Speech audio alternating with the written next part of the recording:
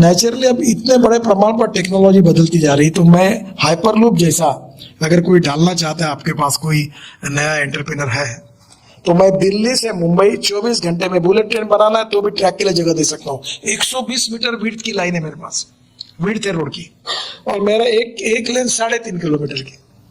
अगर मैंने 12 भी लेन बनाई तो 40 किलोमीटर, फिर भी मेरे पास जगह है।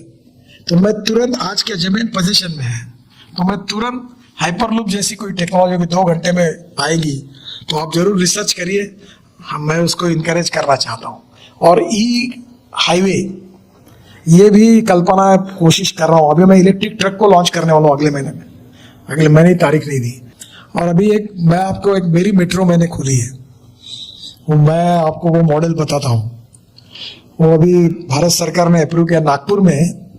मेरे मन में एक आइडिया आई कि मैं ब्रॉडगेज मेट्रो तैयार करूं।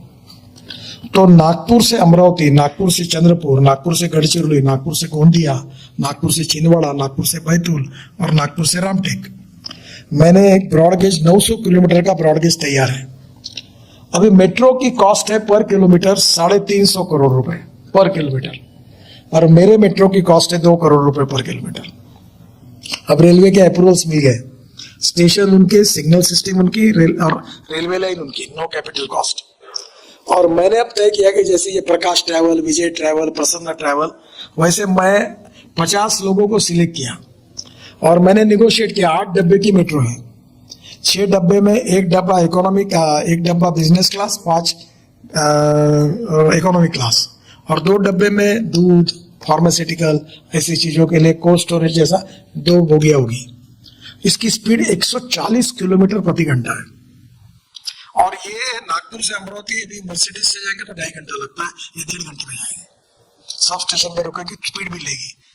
तो अब ये मेट्रो में कॉस्ट ही नहीं कुछ।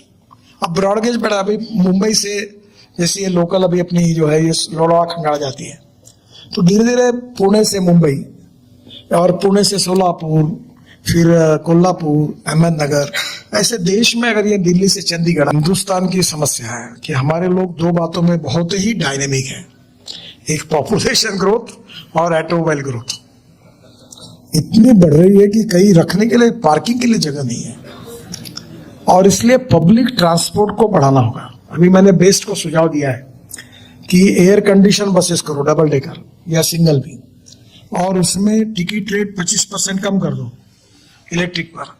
और अभी यहाँ से कोई नरीमन पॉइंट जाए तो बस में सोकर लैपटॉप वगैरह सब लेकर, उसको सब फैसिलिटी होगी, तो लोग अपनी गाड़ियां नहीं यूज करेंगे।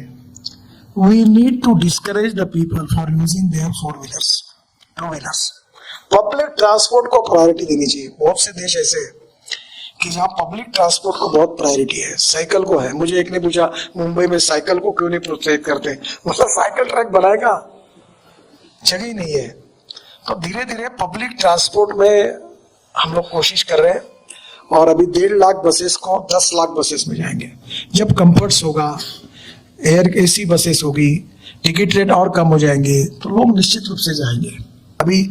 मैं अभी उत्तराखंड के चुनाव में गया था, तो वहाँ के चीफ मिनिस्टर के कॉन्स्टिट्यूशन में मैं उसके कैंपेन के लिए गया, तो उसने मुझे कहा कि देहरादून इतना इंपॉर्टेंट है नितिन जी, और कितने टूरिस्ट आते हैं, रोज 12 फ्लाइट दिल्ली से आती है, तो बहुत इंपॉर्टेंस है।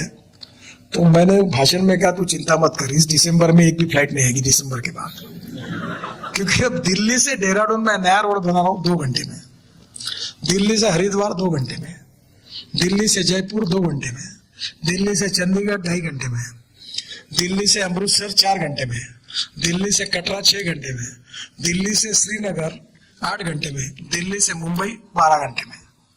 अभी मैं नरीमन पॉइंट से करने का मेरा इच्छा है कि वहां से शुरू होकर 12 घंटे में दिल्ली पहुंचे, और इतना ही नहीं तो चेन्नई से बेंगलोर 2 घंटे में, और लखनऊ से कानपुर आधा घंटे में। ये सब दिसंबर तक मेरे रेड हो जाएंगे। तो फिर वे रेलवे में कैसे बैठेंगे लोग? तो मुझे ध्यान में आया कि जो सैटेलाइट जा रहे हैं उसमें ऑलरेडी ये लिथियम आयन बैटरी का उपयोग हो रहा है। तो फिर मैंने इसरो के जो डायरेक्टर थे उनको और मंत्री जी को बुलाया मेरे ऑफिस में, और मैंने उनको पूछा आप लिथियम आयन बैटरी बना? बोला हाँ बनाते हैं बहुत दिनों से। बोला आप ये ऑटोमोबाइल वालों को क्यों नहीं देते? तो हमारा मैंडेट नहीं है इसका। मतलब मैंडेट का मतलब क्या होता है? फिर मैंने ARI की डायरेक्टर थी पूना में, जो ARI है उर्दू रेशे, उनके और उनकी बात करवा दी। फिर उन्होंने दोनों ने मिलकर रिसर्च किया। अभी हमारे देश में lithium ion based chemistry develop हो रही है, सोडियम आयन, जिंक आयन और एल्यूमिनियम आयन, और सबसे अच्छा एल्यूमिनियम एयर टेक्नोलॉजी आई है। और मुझे लगता है आप लोग ज़्यादा मेरे से जानकार हैं। अब ये कॉस्ट इफेक्टिव कैसी हो, तो बैटरी केमिस्ट्री में काफ़ी डेवलपमेंट हो रही है, ये चैलेंज है। ये लिथियम आयन बैटरी की कॉस्ट ज़्यादा है। मैं आपको बताता हूँ, जब नंबर बढ़ेगा तो कॉस्ट कम होगी। मैं मुंबई में था, जब मुंबई पुणे हाईवे बना रहा था, तो मैंने हमारे एक एग्जीक्यूटिव जो लोनावाला खंडाला के बीच में काम करते थे, तो उसको मुझे लगा कि मोबाइल फ़ोन देना चाहिए, क्योंकि कनेक्टिविटी नहीं थी। मैं 96 की बात कर रहा हूँ। तब मैंने गवर्नमेंट को प्रपोजल दिया कि ऐसा देना है एक मोबाइल फ़ोन हमारे एग्जीक्यूटिव इंजीनियर को, वहाँ काम करते हैं, वहाँ कोई कॉन्टैक्ट नहीं हो पाता। उन्होंने कहा ये GAD परमिट नहीं करती, ये नहीं दे पाएंगे। तो फिर मैंने खरीद के एक हमारे एग्जीक्यूटिव को फ़ोन दिया था, तो 1,35,000 का मोबाइल फ़ोन हुआ था। अब मोबाइल फ़ोन कितने में मिलता है? जब नंबर बढ़ता है तो कॉस्ट कम हो जाती है।